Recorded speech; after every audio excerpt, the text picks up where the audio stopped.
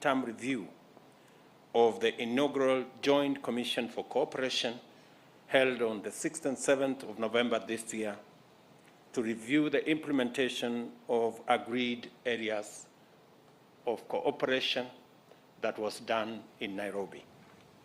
Kenya and South Africa have had good relations since South Africa defeated apartheid in 1994. The ties between our two nations continue to grow in all aspects of development and especially in trade. And the two countries have ratified the Africa Continental Free Trade Area, emphasizing our shared commitment to the promotion of intra-Africa trade.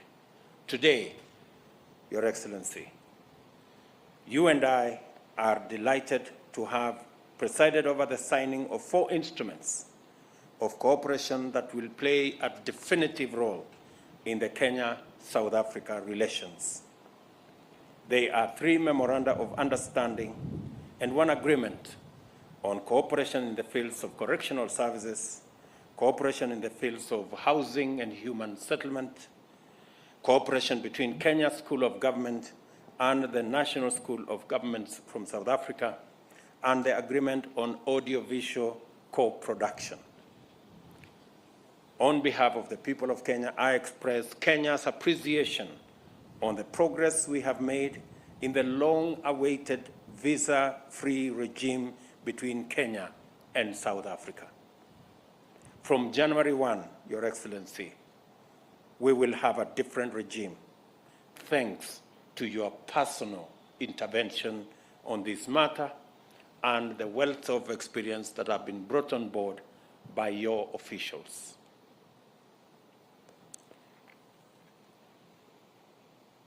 Kenyans holding ordinary passports will be allowed to enter South Africa on a visa-free regime for up to 90 days per calendar year. The two countries have also agreed on a return policy when immigration laws and regulations are breached to make sure that bad elements that try to infiltrate our borders are dealt with firmly and decisively.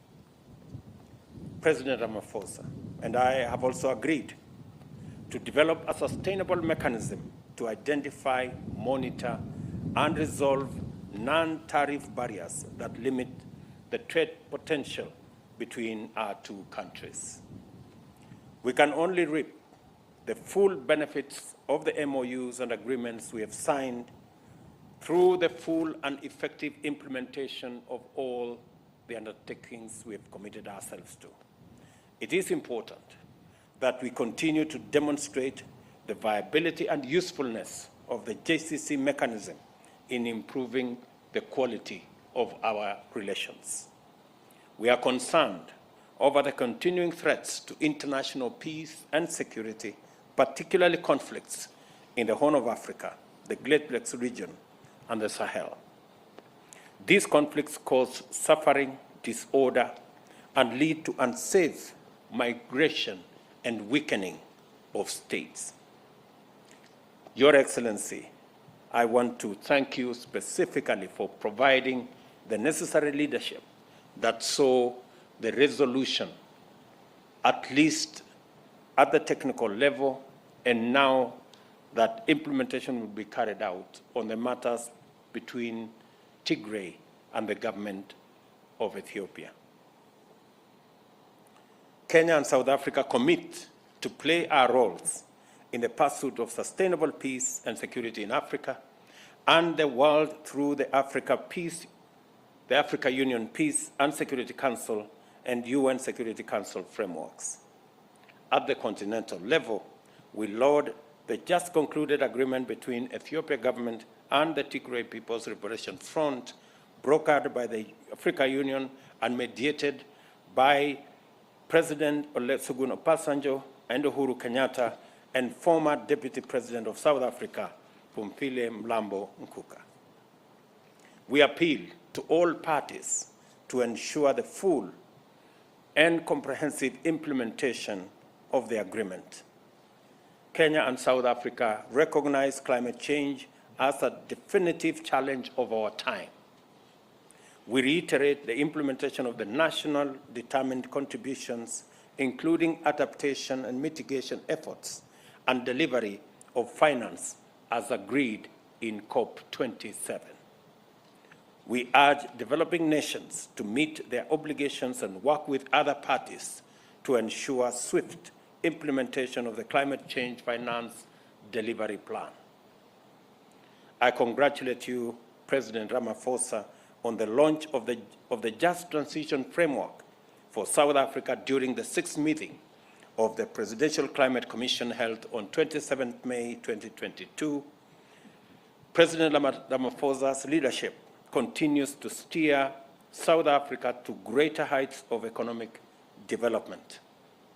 Working together is the only way we can achieve shared desire for closer bilateral cooperation and a stronger strategic partnership. There is no doubt, Mr. President, that we have made good strides during this visit, and we look forward to achieving even more in the near future. I thank you, Your Excellency, Mr. President, for the state visit and convey the best wishes of peace, stability to the government and the great people of South Africa. Thank you, and God bless you, Mr. President.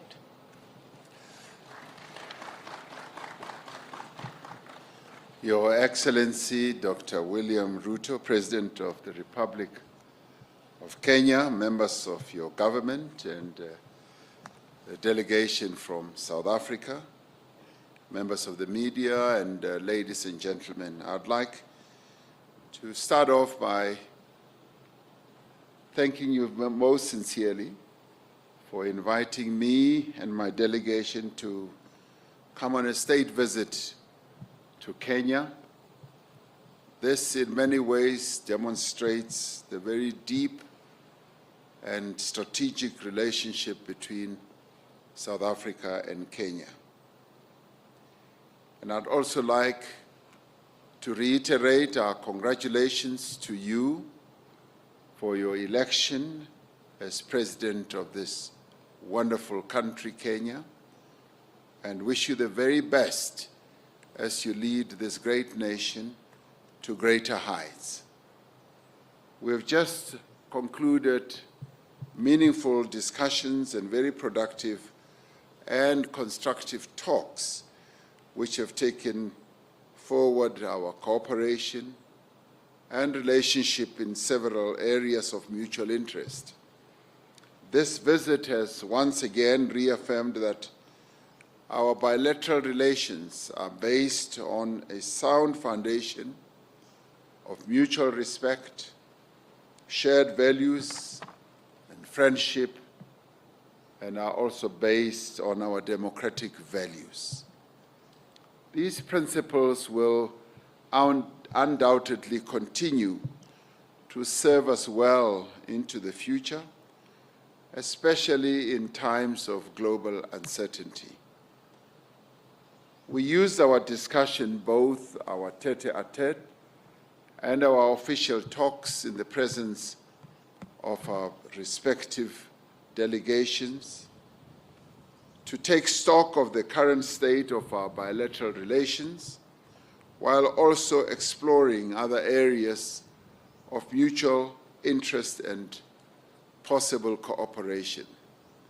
And we recognize that the wonderful foundation that exists between our two countries gives rise to enormous opportunities that our two countries should capitalize on. We also witnessed the signing of agreements and memoranda of understanding, as you correctly said, and this builds on the other agreements that we had signed in the past. We are committed to ensure that the agreements and the memoranda of understanding that we have signed now and in the past will be implemented fully.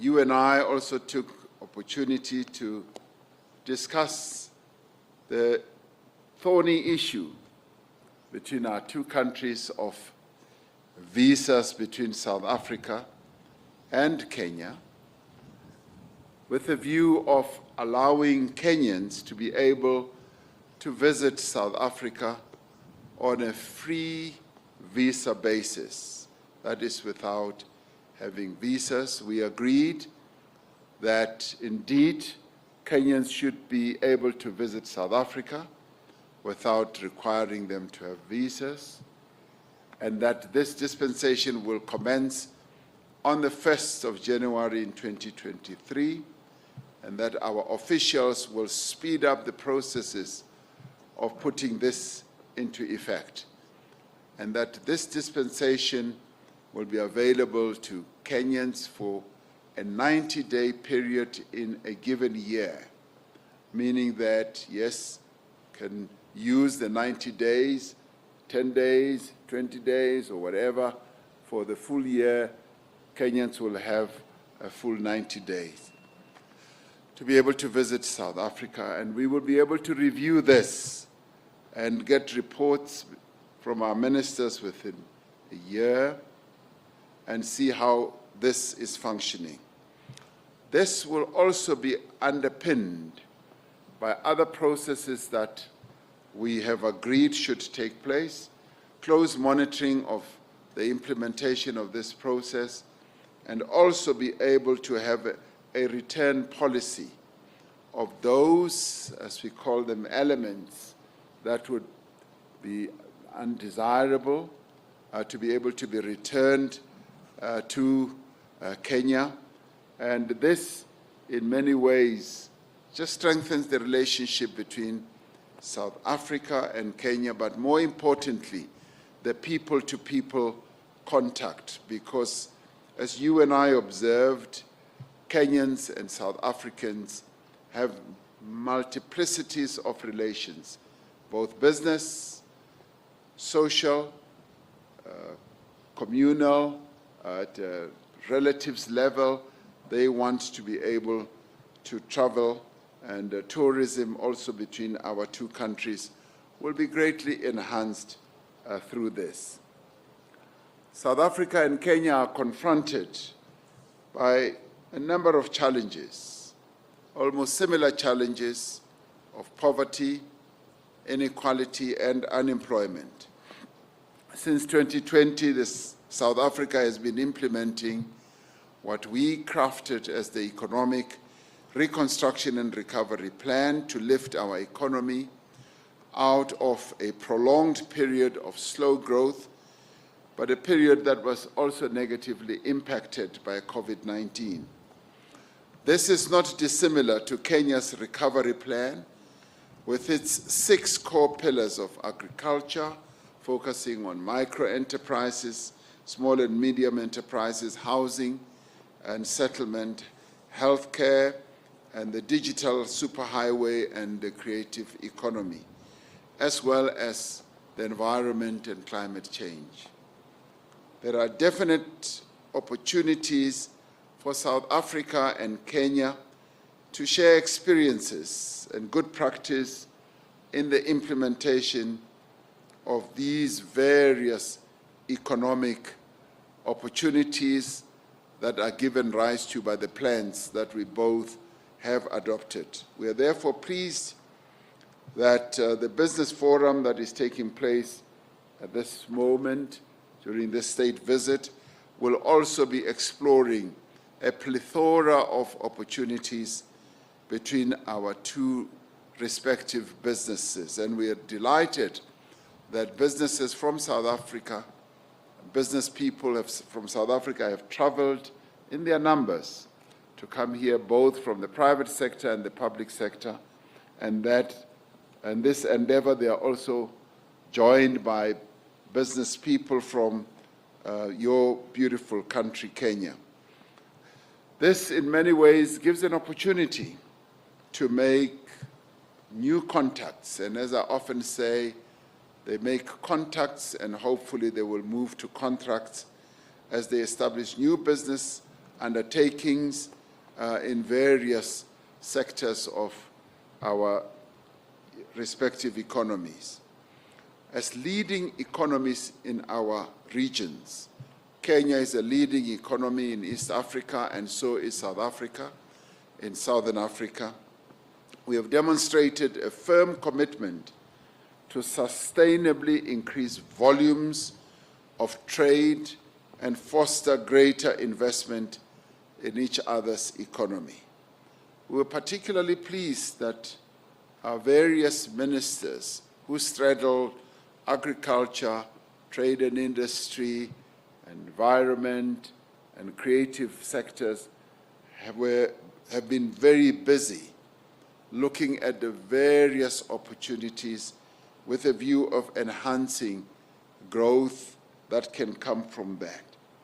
We also, during our discussions, focus on several issues affecting our beloved continent, including the situation in the Democratic Republic of Congo, Ethiopia, as well as Western Sahara. We agree on the need for peace and stability in our continent and the ending of conflicts within and between states. Besides destroying lives and livelihoods, these conflicts greatly retard progress in addressing important social and economic issues. We have therefore agreed that we need to remain focused on issues affecting our regions and our continent and not be distracted by other global matters that are not of our making. We advocate for African solutions for African problems.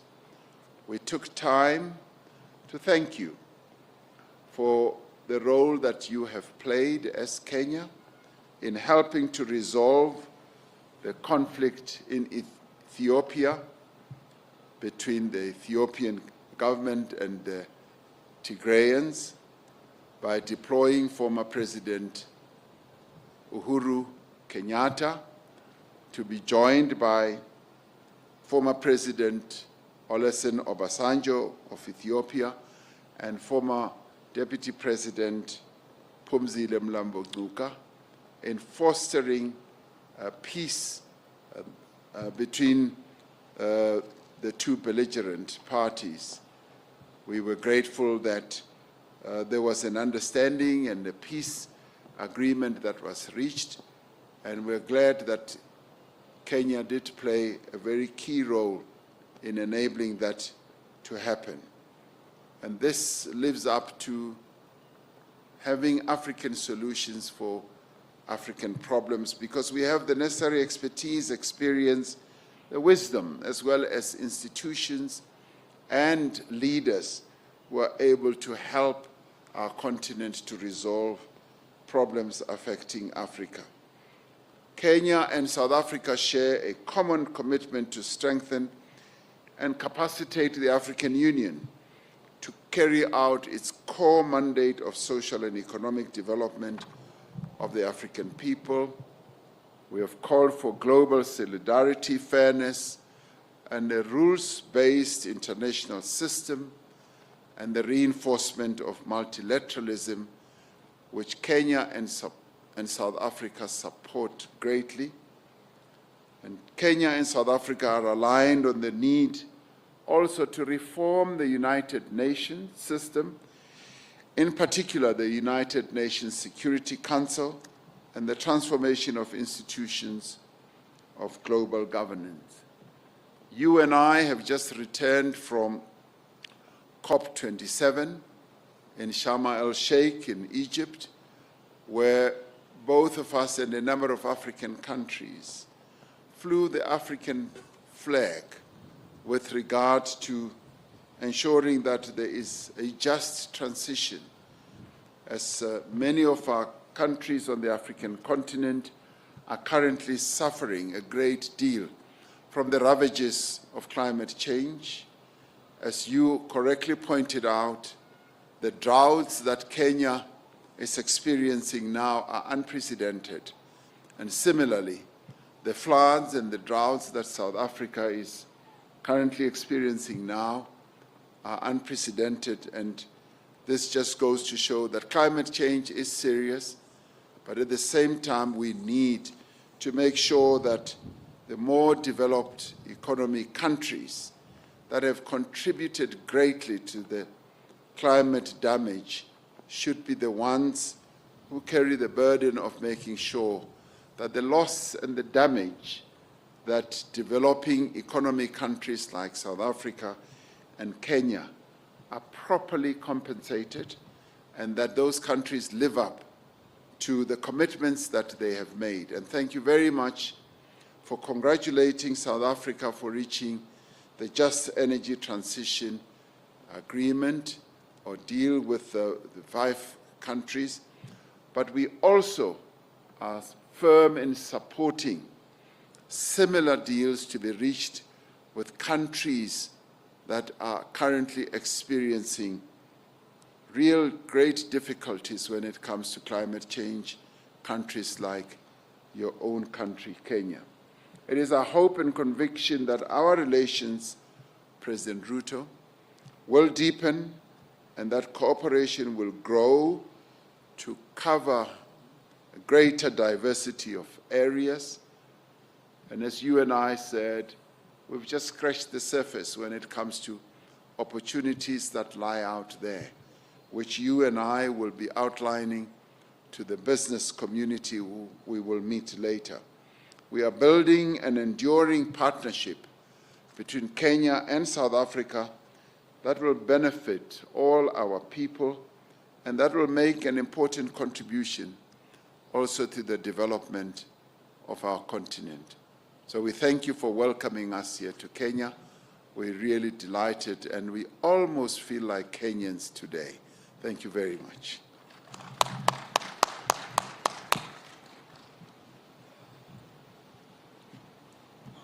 Your Excellencies will be taking 2 questions, 2 each from the respective journalists from the respective countries. If I can have anyone. Yes. Introduce yourself and the media house you represent, please. Thank you. Your Excellencies, Presidents William Ruto and Cyril Ramaphosa, my name is Victor Kiprop. I'm a journalist with BBC Africa. Congratulations on the agreements you have reached today. And aviation is also one of the areas that the 2 countries have previously agreed to partner and harness their, of course, strengths. I wanted to find out the status of the strategic partnership framework that the 2 countries signed in November last year, and if the 2 countries are on course for the launch of the Pan-African airline group next year. Thank you.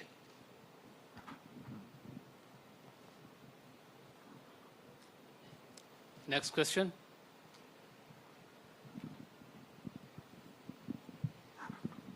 Thank you. Your Excellencies, my name is Robert Luther. I work with SABC. You just came from Egypt from the climate conference.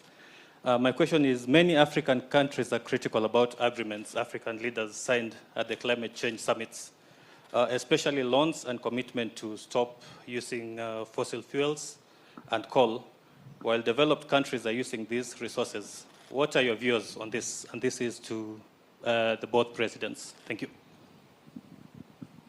Okay.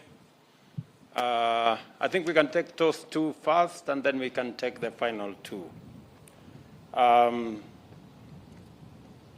On the matter of South Africa Airways and Kenya Airways, this was a subject of discussion between me and President Ramaphosa and our teams, and we have agreed that that agreement should be progressed forwards. It presents an opportunity for both South Africa and Kenya to work together to build a Pan-African airline. We are committed to ensuring that the agreement that was signed between our 2 airlines goes forward. And at the technical level, there is a lot of work going on, and we look forward to making sure that the agreement that was signed eventually brings about a Pan-African airline. And on the subject of the agreements that was signed, I think specifically the agreements that were signed in Sharm el-Sheikh were not necessarily about exploitation of hydrocarbons. I think these were green agreements on solar energy, on green hydrogen energy, on geothermal energy, wind and solar energy, progressing our desire to do the right thing. I know there is a conversation as to whether we should not be doing what the developing countries have done. They have exploited their hydrocarbon resources, whether we should not be doing ours. It is our belief that it is always the time to do the right thing. It is also our belief that two wrongs never add up to a right. So while we know the wrongs of the past, we can right them by doing the right thing now going into the future. And that is why South Africa is talking about just transition, and that's why Kenya is escalating our renewable energy resources and exploitation, as was witnessed by the agreements that we signed in Sharm el-Sheikh. Mr. President. Thank you very much, Mr. President. Just to Victor, I want to reiterate what His Excellency President Ruto has just replied to in relation to the question of aviation, and more particularly about discussions that are ongoing between Kenyan Airways and South African Airways. Those discussions are continuing. The need for a strategic partnership has been embraced by both airlines.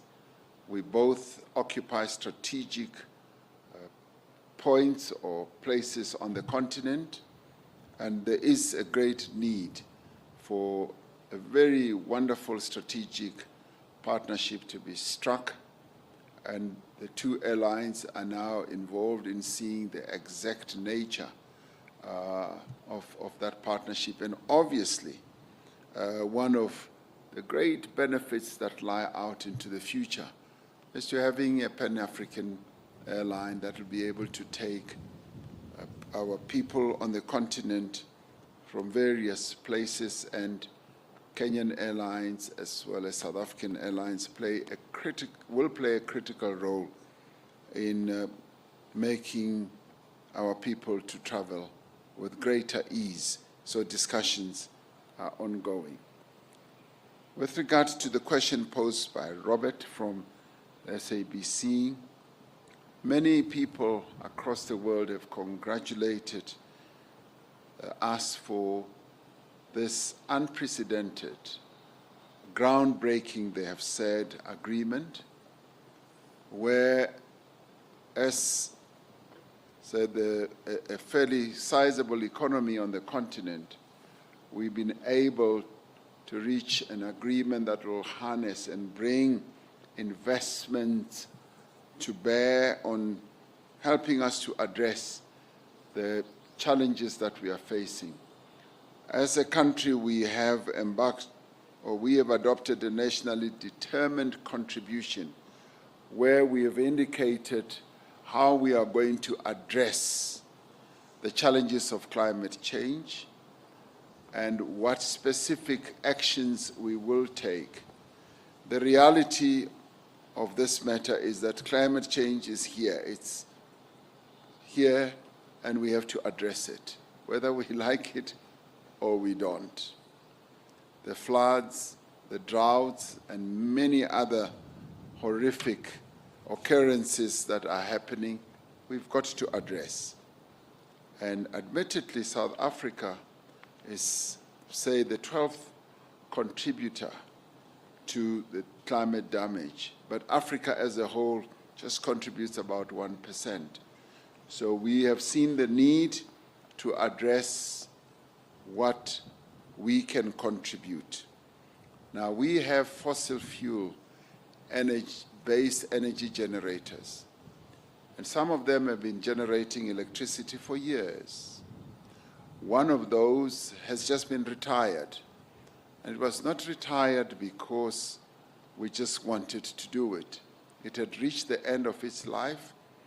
As it often happens with fossil fuel generated power stations, they reach the end of their lives. And it's our decision whether we want to be ahead of the curve or not and embark on new and renewable green energy sources.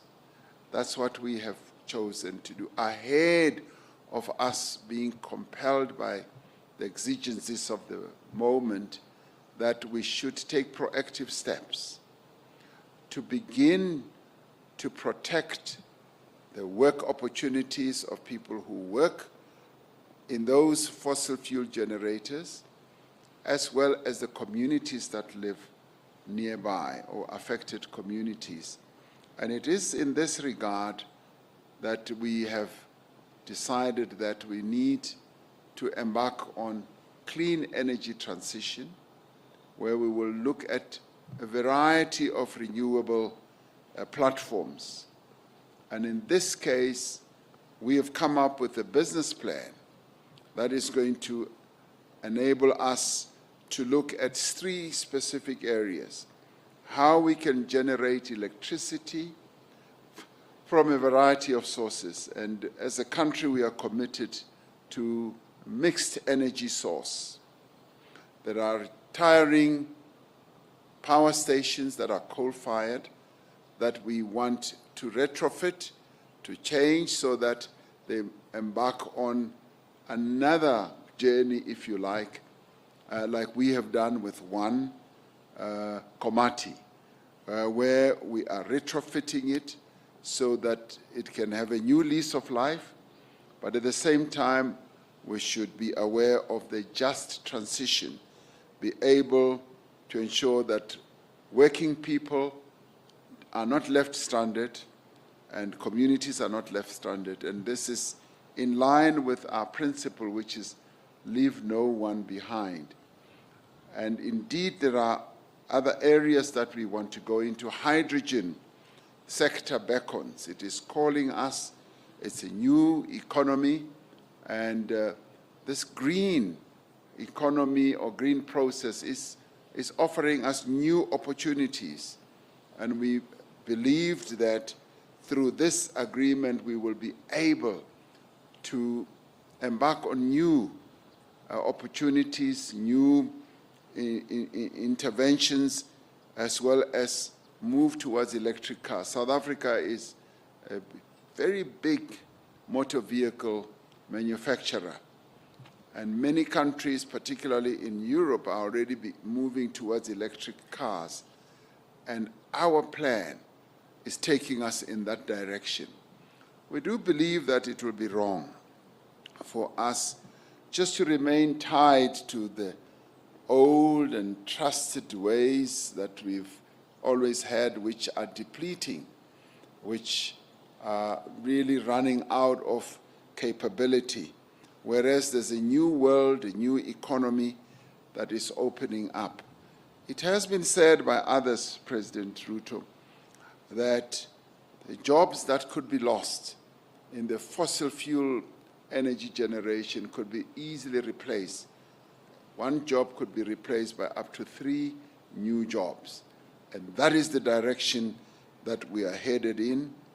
So this renewable energy offers us enormous opportunities in solar, in hydro, in wind, in hydrogen, and in a variety of ways.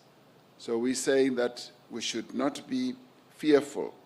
We should be brave enough, so long as the transition does not leave our people behind.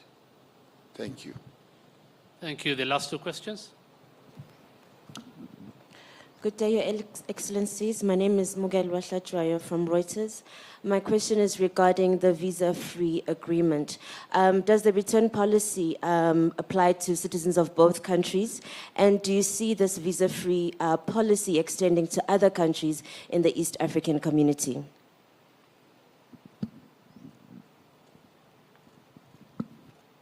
Hello, Your Excellencies. My name is Liz Jackson from SPM Buzz. My question is, there was a plan for an exchange program between Kenya and South Africa to make Swahili be spoken in both countries. Also, in relation to that, I would also want to know what plans have been put in place to make sure that South Africa culture, art, and entertainment has been made easy between the two countries. We love South Africa. It has good sceneries. Will it be easier for us to go and shoot in South Africa? Thank you. Thank you very much. Maybe I should begin there with Liz.